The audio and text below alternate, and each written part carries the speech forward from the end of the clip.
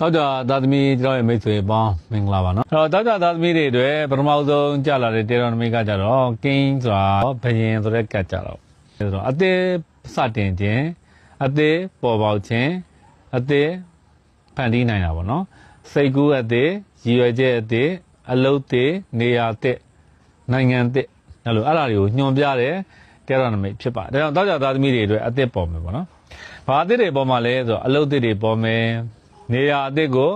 သွားရောက်ပြီးတော့စီးပွားရှာဖွေလုပ်ကိုင်ရတတ်တယ်။နောက်တစ်ခုကပတ်ဝန်းကျင်အသစ်တွေနဲ့ဂျုံဆုံရတတ်တယ်။မိတ်တွေဆွေတွေတွေနဲ့ဆုံကျွန်တော်ရဲ့ချစ်ရတဲ့မိတ်ဆွေတို့ရေအကောင့်လေးကိုလည်း follow လုပ်ထားဖို့မမေ့နဲ့အောင်ကျေးဇူးတင်ပါတယ်ဗျ။တွေ့ရတတ်တယ်။အကြံစီအသစ်တွေနဲ့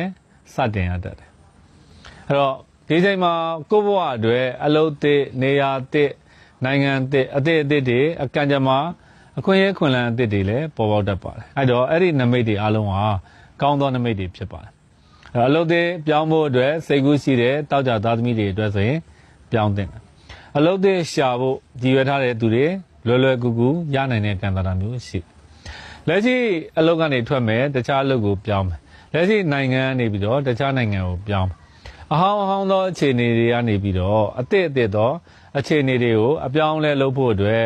ကြိုးစားအားထုတ်နေတဲ့တောက်ကြသားသမီးတွေအတွက်ဆိုရင်အင်မတန်မှကောင်းသောနမိတ်ဖြစ်ပါတယ်။နံပါတ်2ချက်ကတော့ဒီအချိန်မှာကိုယ်စိုက်တဲ့အပင်က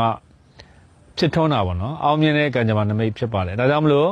တောက်ကြသားသမီးတွေဟာတဲ့မိမိတို့ရဲ့စီးပွားရေးတို့လုပ်ငန်းဆောင်တာတွေအတွက်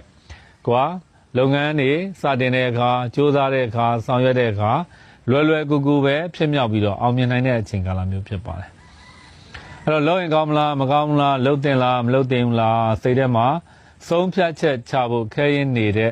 အကြောင်းကိစ္စတွေရှိရင်ရဲသာဆုံးဖြတ်ပြီးတော့လောက်ကင်ဆောင်ရွက်တင်ပါနံပါတ်2ကကြတော့ငွေကြေးနဲ့ပတ်သက်တဲ့ကံကြမ္မာနမိတ်မှာကြတော့ကောင်းကင်ကနေပြီးတော့ပြန်တန်းလာတဲ့ကံကြမ္မာနမိတ်ကြပြန်ပြီးတော့စိုက်ရောက်လာတာပေါ့နော်သူ့ရဲ့နမိတ်ကအဲ့တော့ငွေကြေးတွေထွက်နေတဲ့ငွေတွေကိုယ့်စီကိုပြန်လဲပြီးတော့ဝင်ရောက်လာတတ်တယ်ငွေကြေးကိုအကြောင်းပြုပြီးတော့လည်းသတင်းကောင်းတွေကြားတတ်တယ်ရစရာရှိတဲ့ငွေတွေချောချောမောမောရတတ်ပြီးတော့ကိုကပေးစရာရှိတဲ့ငွေတွေရှိရင်လည်းပဲတောက်ကြသားသမီးတွေအတွက်အစဉ်ပြေနဲ့ချောချောမောမောပြန်လဲပြီးတော့ပေးဆက်နိုင်မဲ့ကံစားတာမျိုးတွေရှိပါတယ်